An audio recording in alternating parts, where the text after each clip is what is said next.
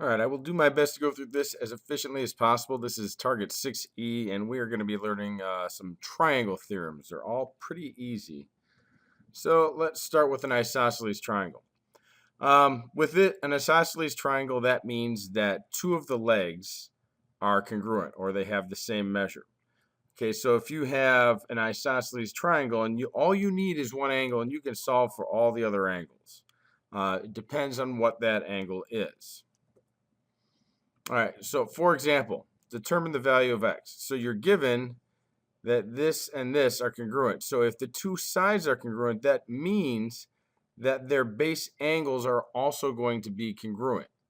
So if they give you one of the base angles of an isosceles triangle, all you have to do is know that they're equal to each other. So we're going to take 7x plus 4, set it equal to 39.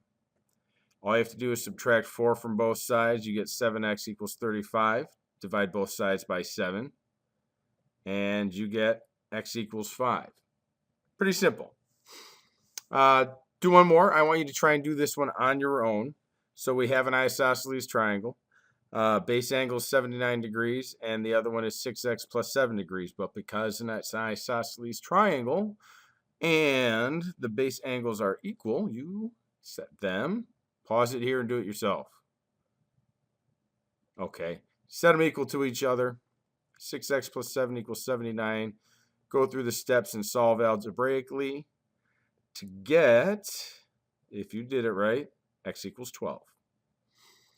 All right, so now let's talk about another type of triangle, an equilateral triangle.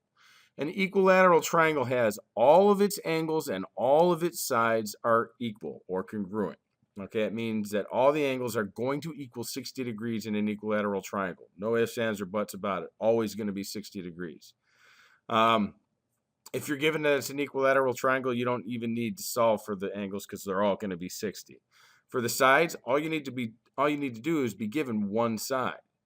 So if I'm told that this is an equilateral triangle because of these, all the angles are equal, which means that they all equal 60, and one side is 14x, that means that all the sides are 14x.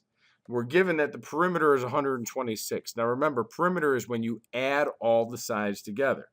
So 14x plus 14x plus 14x, because there's three sides to a triangle, and this equals 126. Combine all the 14s together to get 42x. Divide by 42 on both sides, and you'll get x equals 3. Again, one I would like you to try on your own. The perimeter is 144. The side length is 8x, and you know it's an equilateral triangle because of the marks on the angles. So all the sides are 8x. So pause it, do it on your own, or not.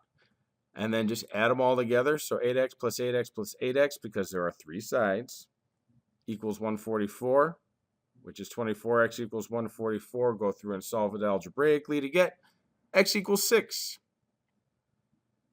All right, one thing that you already should know, hopefully, is that a triangle absolutely must have angles that equal what? 2. What do you think? Hopefully, you know that all the angles of a triangle equal 180. All right, so if you're given three angle measures and you need to determine if it's possible to make a triangle from those angle measures, just go ahead and add them up. Okay, so 83 plus 30 plus 67, does that equal 180? All you have to do is type it in your calculators. If it equals 180, yay, it's a triangle. Thumbs up. Woohoo! All right, so this one is a triangle because it equals 180 because the sum of the angle measures is 180. So now let's say we're given another one. Is it possible to construct a triangle from these angle measures? Well, we've got 140 degrees, which isn't impossible for an angle. The biggest angle you could have and have it still be a triangle would be 178 degrees because you'd have to have two more angles. They'd each be one. It'd be a funny looking triangle. But anyway, 140 is possible.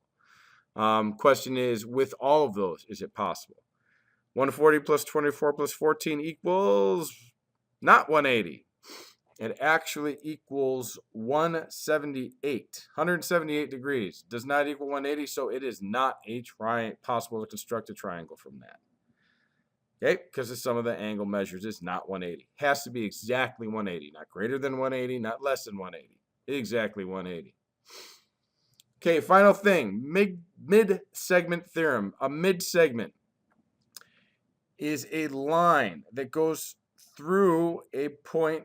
Well, the mid-segment is half the length of the base segment. So like a mid-segment to AC, let's say it's DE, it's half the length of AC, and it is also parallel. Interesting note. It's also important to note that E and D are the midpoints of their respective segments. Anyway, so for a mid-segment, okay, I'm going to make a little note over here. Mid-segment is equal to half of the base. So whatever the base is, this is equal to half of that. So all you have to do is say, okay, well, m plus 7 has to equal half of 34, which happens to be 17. And then just solve algebraically. Subtract 7 from both sides, and you get m equals 10. All right, so we have to solve for b. Okay, the base segment is 52. We are given that b plus 4 is the mid segment. So b plus 4 equals half of 52. Half, make sure you include that. So b plus 4 equals 26. Subtract 4 from both sides, and you get b equals 22. All right, so hopefully I've kept this short and sweet. This is the last video. Make sure you've written down at least 4 examples from this. So basically either do all the even ones, all the odd ones, or better yet, do all of them. But hopefully, well, you need to have at least 4 because these are 4 different types of problems that could possibly appear on your test. So anyway, have a good rest of your weekend or night or whenever it is that you're watching this, and take care.